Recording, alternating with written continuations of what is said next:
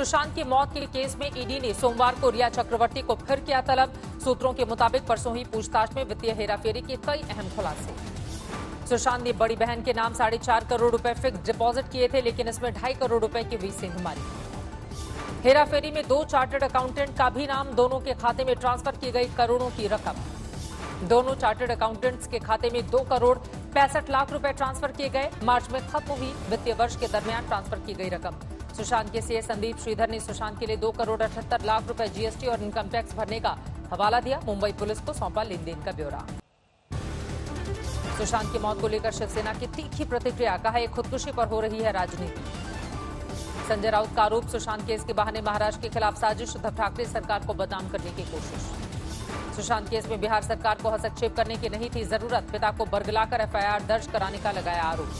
बिहार के डीजीपी गुप्तेश्वर पांडे के बयान पर संजय राउत ने उठाया सवाल, कहा यह पुलिस अनुशासन के खिलाफ। सुशांत के भाई और बीजेपी विधायक नीरज कुमार बबलू का पलटवार, कहा सीबीआई जांच से वही घबराते हैं जो दोषी होते हैं। नीरज कुमार ने कहा किसी एफआईआर को गलत मानना ठीक नहीं, महाराष्ट्र सरकार शुरू से जांच करती तो रिया की गिरफ्तारी हो जाती, नहीं आती सीबीआई जांच की जरूरत। सुशांत की पुरानी दोस्त मधुरा नाइक ने कहा यकीन करना मुश्किल है कि वो खुदकुशी करेगा। सुशांत की मौत के केस में रिया के भाई शोविक से प्रवर्तन निदेशालय ने की 18 घंटे तक पूछताछ। कल ईडी दफ्तर पहुंचे शोविक, आज सुबह निकले। रिया चक्रवर्ती के भाई शोविक को प्रवर्तन निदेशालय फिर पूछताछ के लिए कर सकता है तलब, जांच में सहयोग नहीं करने का आरोप। सूत्रों के मुताबिक शोविक ने ईडी के वित्तीय मसलों से जुड़े सवालों का नहीं दिया सीधा जवाब। सीएम अशोक गहलोत का बयान, 14 तारीख को राजस्थान में लोकतंत्र बचेगा, जीत हमारी होगी। मुख्यमंत्री गहलोत ने कहा राजस्थान में सियासी संकट पर पीएम मोदी से की बात, अमित शाह पर सरकार अस्थिर करने का लगाया आरोप। सीएम अशोक गहलोत का आरोप, बागी 19 विधायकों की बाउंसर लगाकर की गई है घेराबंदी, लेकिन इनमें ज्यादातर लोग वापस मेरे साथ लौटेंगे। अशोक गहलोत का आरोप, बीजेपी में पड़ी फूट, चार्टर्ड प्लेन से अपने विधायकों को दूसरे राज्यों में भेज रही बीजेपी। गहलोत ने कहा कि इसे विधायक का नहीं टेक किया गया फोन। राजस्थान के सीएम अशोक गहलोत ने विधायकों को लिखा खत, 3 पेज के खत में सभी विधायकों से भावुक अपील, जनता की आवाज सुनने और लोकतंत्र को बचाने का आग्रह।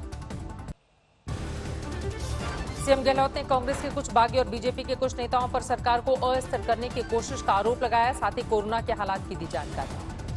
राजस्थान में बीजेपी को भी सताया विधायकों की सेंधमारी का डर। 6 विधायक गुजरात पहुंचे, सोमनाथ दर्शन का दिया हवाला। झालावाड़ और धौलपुर के विधायकों ने मध्य प्रदेश और गुजरात जाने से किया इनकार, कहा वसुंधरा के आदेश के बिना कहीं नहीं जाएंगे। बिहार में विधानसभा चुनाव से पहले एआईएमआईएम और हिंदुस्तानी आवाम मोर्चा का हो सकता है गठबंधन। एआईएमआईएम के प्रदेश अध्यक्ष ने मांझी से की मुलाकात। राजस्थान के सीएम अशोक गहलोत ने विश्व आदिवासी दिवस पर आज 9 अगस्त को अवकाश का किया ऐलान।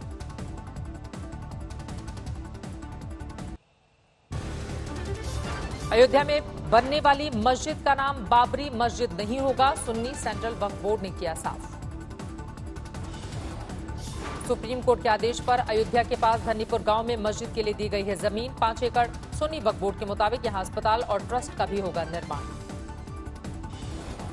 सुन्नी वक्फ बोर्ड ने कहा धन्नीपुर गांव में अस्पताल और ट्रस्ट के शिलान्यास में सीएम योगी को भेजा जाएगा न्योता। इस्लाम में मस्जिद के निर्माण में शिलान्यास जैसे कार्यक्रम की मंजूरी नहीं। अयोध्या की तर्ज पर नेपाल में भी राम मंदिर बनाने की तैयारी, प्रधानमंत्री ओली ने दिया निर्देश। नेपाल के ठोरी के पास रहे अयोध्यापुरी में ही राम के जन्मस्थान का किया था दावा, ओली के बयान का हुआ था कड़ा विरोध। यूपी के अल्पसंख्यक कल्याण मंत्री मोहसिन रजा का बयान, अयोध्या में बनने वाली मस्जिद का पैगंबर मोहम्मद साहब ने नाम पर मस्जिद ए मोहम्मदी रखा जाए। बीएसपी अध्यक्ष मायावती का बयान, यूपी में उनकी सरकार बनी तो ब्राह्मण समाज की आस्था के प्रतीक परशुराम समेत सभी जातियों के संतों के नाम पर बनेंगे अस्पताल। मायावती ने अयोध्या में जन्मभूमि पूजन में दलित संतों को नहीं बुलाने का लगाया आरोप, कहा राष्ट्रपति को बुला लेते तो अच्छा जाता संदेश। राहुल गांधी का मोदी सरकार पर वार, किया ट्वीट, देश के युवाओं के मन की बात, रोजगार दो मोदी सरकार। राहुल गांधी ने युवाओं से की अपील, युवा कांग्रेस के रोजगार दो मिशन से जोड़ें अपनी आवाज, सरकार को नींद से जगाएं, ये देश के भविष्य का सवाल। प्रधानमंत्री नरेंद्र मोदी ने पीएम किसान योजना के तहत आज किसानों के खाते में ट्रांसफर की रकम 17 करोड़ रुपए की ट्रांसफर। 8 करोड़ 55 लाख किसानों को मिला पीएम किसान योजना का लाभ, बटन दबाते ही खाते में ट्रांसफर हुई रकम। पीएम मोदी लाभार्थी किसानों से उन्होंने किया संवाद, कर्नाटक, मध्य प्रदेश समेत देश के तमाम प्रगतिशील किसानों से की बात। यूपी सरकार में कानून मंत्री ब्रजेश पाठक की कोरोना से हालत बिगड़ी, पीजीआई में किए गए भर्ती। कोरोना संक्रमित होने के बाद से होम आइसोलेशन में थे ब्रजेश पाठक, इस दौरान गंभीर हुई हालत। देश में कोरोना का कहर जारी, 24 घंटे में रिकॉर्ड 64,399 केस। 24 घंटे में कोरोना से 861 लोगों की मौत। देश में कोरोना से अब तक 43,379 लोगों की जा चुकी है जान। देश में कोरोना के कुल केस 21,53,000 के पार। देश में अभी 6,28,747 कोरोना के एक्टिव केस। देश में अब तक 14,80,000 से ज्यादा कोरोना पीड़ित हो चुके हैं स्वस्थ। बॉलीवुड अभिनेता संजय दत्त की बिगड़ी सेहत, सांस लेने में तकलीफ के बाद लीलावती अस्पताल में भर्ती कराए गए। यूपी में कोरोना संकट के बीच बीएड परीक्षा। मुरादाबाद में 32 परीक्षा केंद्रों पर 11,000 से ज्यादा परीक्षार्थी दे रहे हैं परीक्षा। उधर कानपुर में कोरोना प्रोटोकॉल का रखा गया ध्यान। बीएड के परीक्षार्थियों को 300 के ग्रुप में अलग अलग पारियों में परीक्षा केंद्र पर बुलाया गया। प्रयागराज में भी जुटे बीएड के परीक्षार्थी, बस स्टैंड से ही सोशल डिस्टेंसिंग का रखा जा रहा था ध्यान। कोरोना के नाश के लिए तप कर रहा है एक साधु, देहू से पंढरपुर तक की साष्टांग दंडवत वाली परिक्रमा। बिहार के समस्तीपुर में कोरोना विस्फोट, एक दिन में सामने आए 147 केस, थाने में 7 कोरोना पॉजिटिव। विजयवाड़ा में बड़ा हादसा, कोविड सेंटर में लग गया 11 लोगों की गई जान। मृतकों के परिजनों को 50 लाख मुआवजे का ऐलान।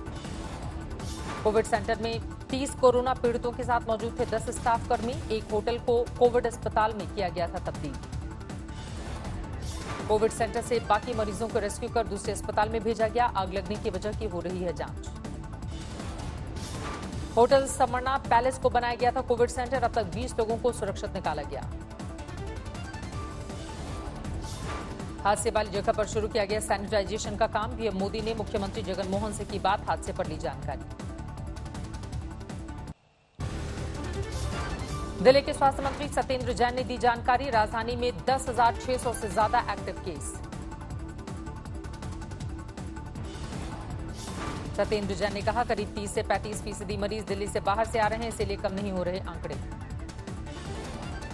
दिल्ली के सदर बाजार इलाके में लग रहे साप्ताहिक बाजार, उपराज्यपाल ने रोक दिया था, आदेश दिया था इसके रोक का। झारखंड के देवघर में शौचालय की टंकी में फंसकर 6 लोगों की मौत, निर्माण कार्य के दौरान हादसा। झारखंड के लोहरदगा में नवजात बच्चे को जिंदा जमीन में कब्र से निकाला गया। जमीन में आवाज आने पर लोगों ने खोद कर निकाला मासूम को, अभी स्वस्थ है। आत्मनिर्भर भारत को लेकर रक्षा मंत्रालय का बड़ा फैसला, 101 रक्षा उपकरणों के आयात पर रोक लगाने का किया ऐलान। रक्षा मंत्री राजनाथ सिंह ने किया ट्वीट, तोपें, राइफल, जहाज सहित कई आधुनिक हथियार भारत में बनेंगे। आयात पर रोक से भारतीय कंपनियों को फायदा, भारतीय कंपनियों को मिलेंगे 4 लाख करोड़ के ऑर्डर। राजनाथ सिंह का ऐलान, नई पहल के लिए 52,000 करोड़ का फंड जारी। भारत चीन सरहद के फॉरवर्ड पोस्ट पर आईटीबीपी डीजी का 4 दिन का दौरा, सुरक्षा तैयारियों का लेंगे जायजा। लखनऊ में एटीएस को मिली बड़ी सफलता, मुठभेड़ में हनुमान पांडे उर्फ राकेश पांडे ढेर, 1 लाख का इनामी बदमाश मारे गए। शातिर अपराधी राकेश के पास से पिस्टल बरामद, कार में सवार 4 साथी फरार। मुठभेड़ के दौरान कार में गोलीबारी में कार के शीशे टूटे, कार पर दिखे गोलियों के कई निशान। राकेश पांडे को मुख्तार अंसारी का खास शूटर बताया जाता है, कृष्णानंद राय हत्याकांड का था आरोपी। मऊ में ठेकेदार अजय प्रकाश सिंह उर्फ मुन्ना सिंह और एक दोहरे हत्याकांड में भी मुख्तार अंसारी के साथ आरोपी था हनुमान पांडे। जोधपुर में लोड़ता अचलावता गांव में 11 लोगों की संदिग्ध मौत, खेत में मिले हैं शव। पाक विस्थापित बताए जा रहे हैं सभी मृतक, पुलिस अधीक्षक पहुंचे घटनास्थल पर। छत्तीसगढ़ के महासमुंद में एसयूवी के ट्रक से टक्कर, 4 लोगों की मौत, 5 घायल। मध्य प्रदेश के शिवपुरी में बेकाबू कार सीवर लाइन के गड्ढे में गिरी, कार में सवार 3 लोगों में से 2 की मौत। पंचकुला में शराब के ठेके के बाहर फायरिंग, 2 लोग घायल। जम्मू कश्मीर के बड़गाम में बीजेपी नेता की हत्या, अज्ञात हमलावर ने मारी गोली। पश्चिम बंगाल के उत्तर 24 परगना में बीजेपी नेता गणेश दास की गाड़ी पर 15 बमों से हमला, गाड़ी में मौजूद कुछ कार्यकर्ता घायल। यूपी के मेरठ में मुठभेड़ के दौरान बदमाश घायल, गिरफ्तार किया गया, पुलिस टीम पर हमले का है आरोपी। यूपी के करनैलगंज में मारपीट का वीडियो वायरल, महिला और पुरुष डंडे लेकर भिड़े। करनैलगंज में मारपीट के दौरान एक शख्स बना दरिंदा, महिला के साथ बदसलूकी का आरोप। जम्मू कश्मीर के कुलगाम में पुलिस के आतंकवादियों से मुठभेड़, खुफिया सूचना के बाद बीती रात से घेराबंदी जारी। सुरक्षा बल को 2 से 3 आतंकवादियों के छिपे होने की मिली थी खबर।